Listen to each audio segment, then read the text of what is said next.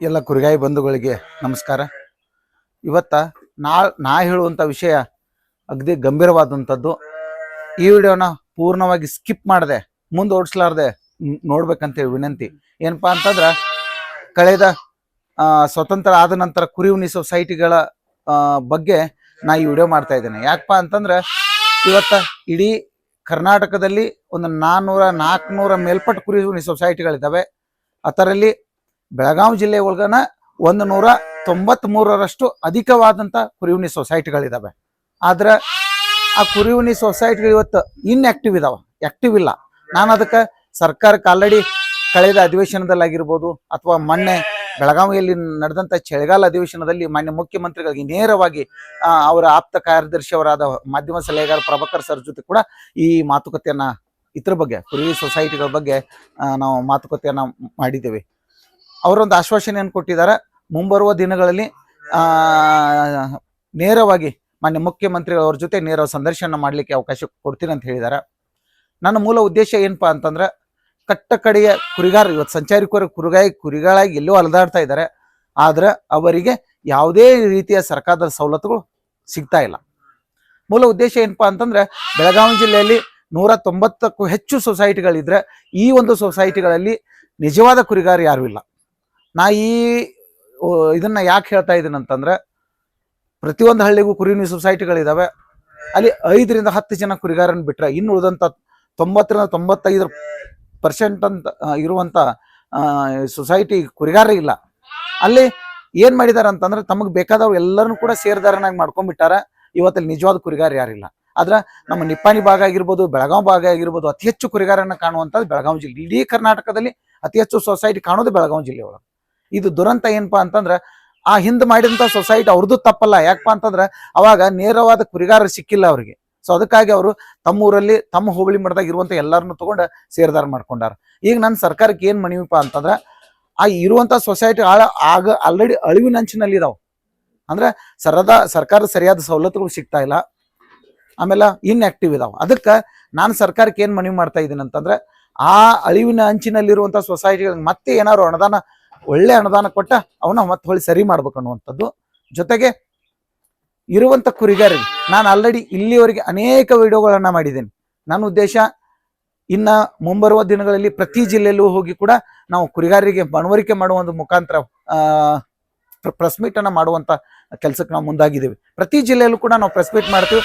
ಪ್ರತಿ ಜಿಲ್ಲೆಯಲ್ಲಿ ಇರುವಂತ ಕುರಿಗಾರರು, ನಿಮ್ಮಲ್ಲಿ ಈ ವಿಡಿಯೋ ನೋಡುವಂತ ನಮ್ಮಲ್ಲಿ ಶಿಕ್ಷಣವಂತರಾಗಿರ್ಬೋದು, ಯಾರೇ ಆಗಲಿ ಈ ವಿಡಿಯೋ ನೋಡಿದ ಮುಖಾಂತರ ನಿಮ್ಮ ಸುತ್ತಮುತ್ತಲು ಇರುವಂಥ ಕುರಿಗಾರರಿಗೆ ಮನವರಿಕೆಯನ್ನು ಮಾಡ್ರಿ. ಹತ್ತಿರದಲ್ಲಿರುವಂಥ ಪಶು ವೈದ್ಯಾಧಿಕಾರಿಗಳನ್ನ ಭೇಟಿ ಮಾಡಿ ಆದಷ್ಟು ಕಂಪಲ್ಸರಿ ಎಲ್ಲರೂ ಗುರುತಿನ ಚೀಟಿಯನ್ನು ಮಾಡ್ಕೊಳ್ರಿ. ವಲಸೆ ಕುರಿಗಾರ ಗುರುತಿನ ಚೀಟಿಯನ್ನು ಮಾಡ್ಕೊಡ್ರಿ. ಇದಾದ ನಂತರ ನಾವು ಸರ್ಕಾರಕ್ಕೆ ಏನು ಮನವಿ ಮಾಡಿದ್ದೀವಿ ಅಂತಂದ್ರೆ, ಮೊದಲು ಈ 1 ವರ್ಷ ಕಂಪಲ್ಸರಿ ಪ್ರತಿ ಜಿಲ್ಲೆಯಲ್ಲೂ ಕೂಡ ನಮ್ಮ ಹಾಲು ಮತ್ತು ಮಹಾಸಭಾ ಆಗಿರ್ಬೋದು, ಅನೇಕ ಕುರಿಗಾಯಿ ಸಂಘಟನೆಗಳಿಗೂ ಎಲ್ಲರನ್ನು ಸೇರಿ ಒಗ್ಗೂಡಿಸಿ ಪ್ರತಿ ಜಿಲ್ಲೆಯಲ್ಲಿ ಒಂದು ಪ್ರೆಸ್ ಮೀಟ್ ಅನ್ನ ಮಾಡ್ಬೇಕು ಅನ್ಕೊಂಡಿದ್ದೇವೆ. ಏನಂತಂದ್ರೆ, ಪ್ರತಿ ಜಿಲ್ಲೆಯವರು ಮೊದಲ ತಮ್ಮ ಹೋಬಳಿ ಮಟ್ಟದಲ್ಲಿ ಇರುವಂತ ಅಥವಾ ತಮ್ಮ ಗ್ರಾಮ ಪ್ರಾಥಮಿಕ ಹಂತದಲ್ಲಿ ಪಶು ವೈದ್ಯಾಧಿಕಾರಿಗಳನ್ನ ಭೇಟಿ ಮಾಡಿ ಮೊದಲ ID ಕಾರ್ಡ್ ಮಾಡ್ಕೋರಿ. ತದನಂತರದಲ್ಲಿ ನಾವು ತಮ್ಮ ಹೋಬಳಿ ಮಟ್ಟದಲ್ಲಿ ಇರುವಂತ ಸೊಸೈಟಿ ಒಳಗ ಅವರ ನೇರವಾಗಿ ಅವರನ್ನ ಸೇರುದಾರನಾಗಿ ಸರ್ಕಾರವೇ ಕೂಡ ಮಾಡುವಂತ ಅನುಮತಿಯನ್ನು ಕೊಡ್ತಾ ಇದ್ದಾರೆ.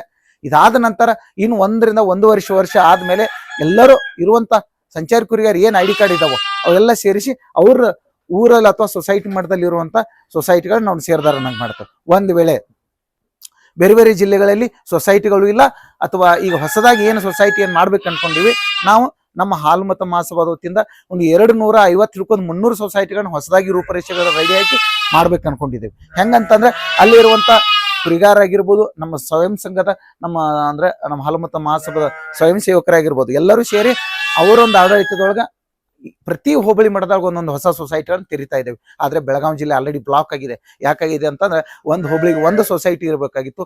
ಇಲ್ಲಿ ಒಂದು ಹೋಬಳಿಗೆ 5ರಿಂದ 10 ಸೊಸೈಟಿಗಳಿದಾವೆ. ಸೊ ಹೀಗಾಗಿ ರಾಜ್ಯ ಸರ್ಕಾರ ಬೆಳಗಾವಿ ಜಿಲ್ಲೆಯನ್ನ ಬ್ಲಾಕ್ ಮಾಡಿದೆ.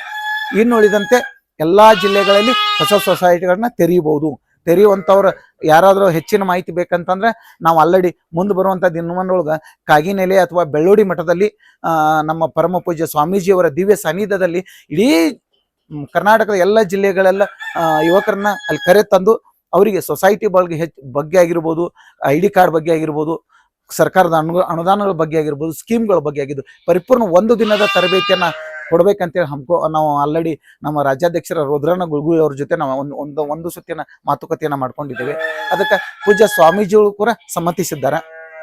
ನಮ್ಮ ಉದ್ದೇಶ ಕಟ್ಟ ಕಡೆ ಯಾವ ಸೊಸೈಟಿ ಇವತ್ತು ಸೇರ್ ಬಗ್ಗೆ ತಲೆ ಕೆಡಿಸೋಬೇಡ್ರಿ. ಮೊದಲ ಬಿಟ್ಟ ಎಲ್ಲರೂ ಕೂಡ ವಲಸೆಗಾರ ಕುರಿ ID ಕಾರ್ಡ್ ಅನ್ನು ಮಾಡ್ಕೊಡ್ರಿ. ಇದಾದ ನಂತರ ನಾವೇನ್ ಮಾಡಿದ್ದೇವೆ, ಇರುವಂತ ಸೇರ್ದಾರನ ಯಾರಿಗೂ ತೆಗೆಯುವಂತ ಹಕ್ಕಿಲ್ಲ. ಸೊ ಆ ಉದ್ದೇಶ ಇಟ್ಕೊಂಡ ನಾವೇನ್ ಮಾಡತ್ತೀವಿ ಅಂದ್ರೆ ಆಕ್ಟಿವ್ ಇರುವಂತ ಪ್ರತಿಯೊಂದು ಸೊಸೈಟಿನ ಆಕ್ಟಿವ್ ಮಾಡಬೇಕು. ಜೊತೆಗೆ ಆ ಒಂದು ಸೊಸೈಟಿಗೆ ವಲಸೆ ಕುರಿಗಾರ ID ಕಾರ್ಡ್ ಅನ್ನ ಇದ್ದವ್ರಿಗೆ ಮಾತ್ರ ಅಲ್ಲಿ ಸೇರ್ದಾರನ್ನ ಮಾಡಿ, ಅವಾಗ ಏನಾಗ್ಬಿಡುತ್ತೆ, ಸರ್ಕಾರದಿಂದ ಬರುವಂತ ಸವಲತ್ತು ನೇರವಾಗಿ ಕುರಿಗಾರಿಗೆ ಸಿಗುವಂತ ಒಂದು ಕಾರ್ಯಕ್ರಮವನ್ನ ನಾವು ಹೊಂದ್ಕೊಳ್ತಾ ಇದೀವಿ. ಯಾಕಪ್ಪ ಅಂತಂದ್ರ ಈಗ ಇದಕ್ಕಿಂತ ಮುಂಚೆ ಉತ್ತಾರಿಗೆ ಏನು ಪಾನಿ ಏನಂತೀವಿ RCTಗೆ ಆಲ್ರೆಡಿ ಆಧಾರ್ ಕಾರ್ಡ್ ಹೆಂಗ್ ಜೋಡಣೆಯನ್ನ ಮಾಡಿದ್ದಾರೆ, ಅದೇ ತರ ಸಂಚಾರಿ ವಲಸೆ ಕುರಿಗಾರ ID ಕಾರ್ಡ್ಗೆ ಆಧಾರ್ ಕಾರ್ಡ್ ಜೋಡಣೆಯನ್ನ ಮಾಡಬೇಕು. ಸರ್ಕಾರ ಕೊಡುವಂತ ನೇರ ಅನುದಾನ ಆ ಕುರಿಗಾರಿಗೆ ತಲುಪಬೇಕು. ಇವತ್ತೇನಾಗಿರ್ಬೋದು, ಬರುವಂತ ಯಾವುದೇ ಸವಲತ್ತಾಗಿರಲಿ ಅವ್ ನೇರವಾಗಿ ತಲುಪ್ತದೆ. ಆದ್ರೆ ಇಲ್ಲಿ ID ಕಾರ್ಡ್ ಇದ್ದವ್ರಿಗೆ ಮಾತ್ರ ಅನುದಾನ ಬರ್ಬೇಕು ಅನ್ನೋದು ನಾವು ಒಂದು ಆಲ್ರೆಡಿ ಕಟ್ಟುನಿಟ್ಟಿನ ಕ್ರಮವನ್ನ ಸರ್ಕಾರಕ್ಕೆ ನಾವು ಆಲ್ರೆಡಿ ಕೊಟ್ಟಿದ್ವಿ. ಅವರು ಕೂಡ ಆ ಸ್ವಾಗತವನ್ನ ಮಾಡಿದ್ದಾರೆ. ಸೊ ಇದು ಮುಂದೆ ಏನಾಗುತ್ತೆ, ಇರುವಂತ ಸೊಸೈಟಿಯಾಗ ಆ 95% ಬೇರೆದವ್ರು ಇದ್ರು ಕೂಡ ಏನ್ ತೊಂದರೆ ಇಲ್ಲ. ಆದ್ರ ಇಲ್ಲಿ ನಿಜವಾದ ಕುರಿಗಾರಿಗೆ ಮಾತ್ರ ಅನುದಾನ ತಲುಪ್ತದೆ. ಅದಕ್ಕೆ ನಾವು ಹೇಳೋದು, ಅಲ್ಲಿ ಇರುವಂತವ್ರು ಯಾರು ಕುರಿಗಾರ ಇಲ್ಲದೆ ಇರ್ಲಿ, ಆದ್ರೆ ಅವ್ರಿಗೆ ID ಕಾರ್ಡ್ ಇಲ್ಲಪ್ಪ ಅಂತಂದ್ರೆ ಯಾವ್ದು ಅನುದಾನ ಬರೋದಿಲ್ಲ. ಅದಕ್ಕೆ ನಿಮ್ಮ ಈ ವಿಡಿಯೋ ನೋಡುವಂತ ಎಲ್ಲ ಸಮಾಜದ ಯುವಕರಾಗಿರ್ಬೋದು, ರೈತರಾಗಿರ್ಬೋದು, ನಿಮ್ ಕುರಿ ಇದ್ರ ನೀವು ಮೊದಲು ID ಕಾರ್ಡ್ ಮಾಡಿಸ್ಕೋರಿ. ತದನಂತರದೊಳಗ ನಿಮಗೆ ಮಾಹಿತಿ ಇದ್ರ ನಿಮ್ಮ ಸುತ್ತಮುತ್ತ ಇರುವಂತ ನಮ್ಮ ಸಂಚಾರಿ ಕುರಿಗಾರಿಗೆ ಇದ್ರ ಬಗ್ಗೆ ಮಾಹಿತಿ ಕೊಡ್ರಿ. ನಾವು ಅದಕ್ಕೆ ಸ್ಕ್ರೀನ್ ಮೇಲೆ ಒಂದು ನಂಬರ್ ಕೊಟ್ಟಿರ್ತೀವಿ. ಅದ್ರ ಹೆಚ್ಚಿನ ನೀವು ಅಕಸ್ಮಾತ್ ನೀವು ಮಾಡ್ತೀನಿ ಅಂತಂದ್ರೆ ನಮ್ಮ ಕೈಲಿ PDF ಅಪ್ಲಿಕೇಶನ್ ಇರುತ್ತೆ. ಅಪ್ಲಿಕೇಶನ್ ನಮ್ಮ ಕಡೆಯಿಂದ ವಾಟ್ಸಪ್ ಮಾಡ್ಕೊಡ್ರಿ. ಅಪ್ಲಿಕೇಶನ್ ತುಂಬಿ ನಿಮ್ಮ ಪ್ರಾಥಮಿಕ ಹಂತದಲ್ಲಿ ಒಂದು ಪಶು ವೈದ್ಯಾಧಿಕಾರಿಗಳ ಹತ್ರ ಒಂದು ಸಿಗ್ನೇಚರ್ ಸೀಲ್ ಹಾಕಿ ನೀವು ಅದನ್ನ ತಾಲೂಕಾ ವೈದ್ಯಾಧಿಕಾರಿ ಕೊಟ್ಟದ್ದಾದ್ರೆ ಅವರು ಕಳೆದ ಒಂದು 6 ತಿಂಗಳೊಳಗೆ ನಿಮ್ಗೆ ID ಕಾರ್ಡ್ ಬರುವಂಗೆ ಮಾಡಿಕೊಡ್ತಾರೆ. ಇದಕ್ಕ ಸಂಚಾರಿ ಕುರಿಗಾರಿಗೆ ಯಾರಿಗೂ ಕುರಿನಿ ಸೊಸೈಟಿ ಒಳಗೆ ಇರ್ತಕ್ಕಂಥ ಷೇರುದಾರ ಮೆಂಬರ್ಶಿಪ್ ಬೇಕಂತ ಏನಿಲ್ಲ. ಈಗ ಸಂಚಾರಿ ಕುರಿಗಾರ 195% ಕುರಿಗಾರ ಹೊರಗೆ ಇದಾರೆ, ಅವ್ರು ಯಾರು ಕುರಿವನಿ ಸೊಸೈಟಿ ಒಳಗೆ ಸೇರ್ದಾರ ಇಲ್ಲ. ನಾನು ಅದಕ್ಕೆ ಅವ್ರು ಎಲ್ಲರೂ ಗಮನಕ್ಕೆ ಬರ್ಬೇಕಿದೆ. ಎಲ್ಲರೂ ಮೊದಲು ID ಕಾರ್ಡ್ ಮಾಡ್ಕೊಡ್ರಿ. ಬಂದದ್ದಾದ್ರೆ ಕಳೆದ ಇನ್ನು 1 ವರ್ಷ ನಂತರ ನಾವನ್ನ ನೇರವಾಗಿ ಇರುವಂತ ಹುಬ್ಬಳ್ಳಿ ಮಠದಾಗ ಇರುವಂತ ಸೊಸೈಟಿ ಒಳಗ ಅಥವಾ ಬೇರೆ ಜಿಲ್ಲೆಗಳಲ್ಲಿ ಹೊಸದಾಗಿ ಸೊಸೈಟಿಗಳನ್ನ ಮತ್ತೆ ಹೊಸದಾಗಿ ನಾವು ಸ್ಥಾಪನೆಯನ್ನ ಮಾಡಿ ಅಲ್ಲಿ ಕುರಿಗಾರದಲ್ಲಿ ಸೇರಾಗುವಂತ ವ್ಯವಸ್ಥೆನ ನಾವು ಮಾಡ್ಕೊಡ್ತೀವಿ ಇಡೀ ರಾಜ್ಯಾದ್ಯಂತ.